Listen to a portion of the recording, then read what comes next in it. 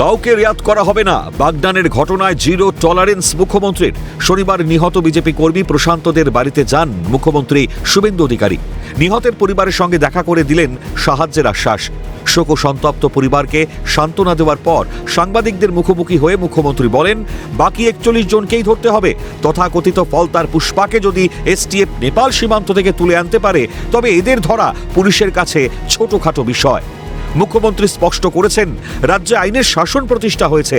দরকারে অভিযুক্তদের পাতাল থেকে খুঁজে বের করে গ্রেপ্তার করবে পুলিশ, যাতে এই ধরনের ঘৃণ্য অপরাধ করার আগে মানুষ 5 বার ভাবে।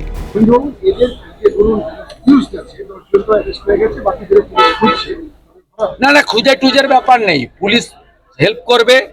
সিআইডি কে পরিষ্কার বলে গেছি 41টাকেই ধরতে হবে। তথাকথিত ফলতার পুষ্পাকে যদি এসটিএফ নেপালের বর্ডার থেকে তুলে আনতে পারে, এইগুলো তো খুব ছোটখাটো বিষয়, সবকে তুলতে হবে।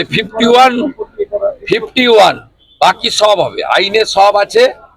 আমি আইনের বাইরে কিচ্ছু করতে কাউকে বলবো না। আইনে যা যা আছে সেটা হতো না, সেটা হবে।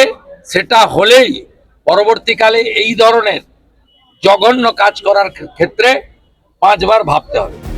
ঘটনার সূত্রপাত গত 17 জুন বিধানসভা নির্বাচনের ফল প্রকাশের পর থেকেই এলাকা ছাড়া ছিলেন বাগনানের আন্টিলা গ্রাম পঞ্চায়েতের তৃণমূল উপপ্রধান শেখ মফিজুল ইলাম।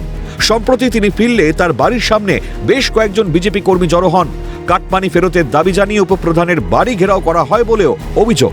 ঘটনাকে কেন্দ্র করে কয়েক মিনিটের মধ্যে উত্তপ্ত হয়ে ওঠে এলাকা। মফিজুল এবং তার দলবল বিজেপি কর্মীদের ওপর চড়াও হয় বলে অভিযোগ।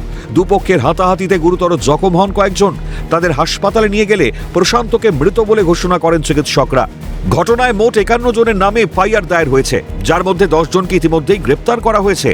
বাকি 41 জনকে অবিলম্বে গ্রেপ্তারের নির্দেশ মুখ্যমন্ত্রীর। সংবাদ মাধ্যমের সামনে মুখ্যমন্ত্রীর প্রতি কৃতজ্ঞতা প্রকাশ করেছে নিহতের ছেলেসহ পরিবারের সদস্যরা। তারা জানিয়েছেন, নিহতের বড় মেয়েকে বাগনান 2 নম্বর ব্লক অফিসে অস্থায়ী চাকরি দেওয়ার কথা বলেছেন মুখ্যমন্ত্রী। আগামী 1 জুলাই থেকেই তিনি কাজে যোগ দেবেন। এছাড়া মুখ্যমন্ত্রীর নিজস্ব তহবিল থেকেও 5 লক্ষ টাকা অনুদান দেওয়া হয়েছে। পাশাপাশি অভিযুক্তদের বিরুদ্ধে ক্যাপিটাল পানিশমেন্টের আশ্বাস মুখ্যমন্ত্রীর। ইতিমধ্যে সিট গঠন করে তদন্ত শুরু হয়েছে বলে সূত্রের খবর। মুখ্যমন্ত্রী বললেন আমাদের পাশে আছেন মুখ্যমন্ত্রী। আমরা মুখ্যমন্ত্রীর কাছে অত্যন্ত ধন্যবাদ যে এত গুরুতর একটা পানিশমেন্ট দেওয়াই হবে। এর ব্যবস্থা অবশ্যই কলকাতা পুলিশ দেখছে বা সিআইডি অফিস তো সিআইডিকে দিয়েছে, সিআইডি দেখছে, এটার ব্যবস্থা একটা কিছু করবেন খুব শীঘ্রই। হ্যাঁ, ক্যাপিটাল পানিশমেন্টের কথাও স্যার বলেছে। হ্যাঁ, আর্থিক অনুদান স্যার সিএম ফান্ড থেকে 5 লক্ষ টাকা আজকে দিয়েছেন। হ্যাঁ, চাকরির একটা হচ্ছে পার্মানেন্ট চাকরির নয়, বাট যেহেতু এখন তো আগের সরকারের মতন নয়, তো স্যার তো সব কিছু সিস্টেমের মধ্যে আসতে চাইছে। তো সিস্টেমের মধ্যে এটাই বলতে হচ্ছে, এখন তৎকালীন একটা জব দিয়েছে ভিডিওতে, তো নেক্সট পরীক্ষা দিয়েই ওটা পার্মানেন্ট। না, ওনাকে দেয়নি, ইনার বয়স হয়নি বলে এনার যে বড় দিদি আছে তাকে দিয়েছে। আর 5 লক্ষ টাকাটা কি আজকে দিলেন? হ্যাঁ, 5 লক্ষ সিএম ফান্ড থেকে আজকে দিয়েছেন।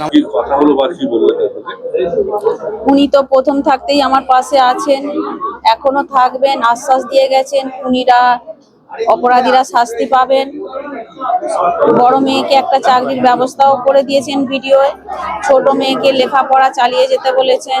এই ঘটনার পর ইতিমধ্যে 10 জনকে গ্রেপ্তার করেছে সিআইডি। এখনো পর্যন্ত এফআইআরে যে 51 জনের নাম রয়েছে প্রত্যেককে কিন্তু গ্রেপ্তার করা যায়নি। মূল যে অভিযুক্ত সেই মফিজুল ইসলাম, তিনি এখনো ফেরার, তাকে দ্রুত গ্রেপ্তার করা হবে সেই আশ্বাসও কিন্তু পরিবারের সঙ্গে দেখা করে দিলেন মুখ্যমন্ত্রী শুভেন্দু অধিকারী। ক্যামেরায় সুরজিৎ প্রামাণিকের সঙ্গে সায়ন্তন ভট্টাচার্য ও সুপ্রিয় রায়ের রিপোর্ট, ক্যালকাটা নিউজ।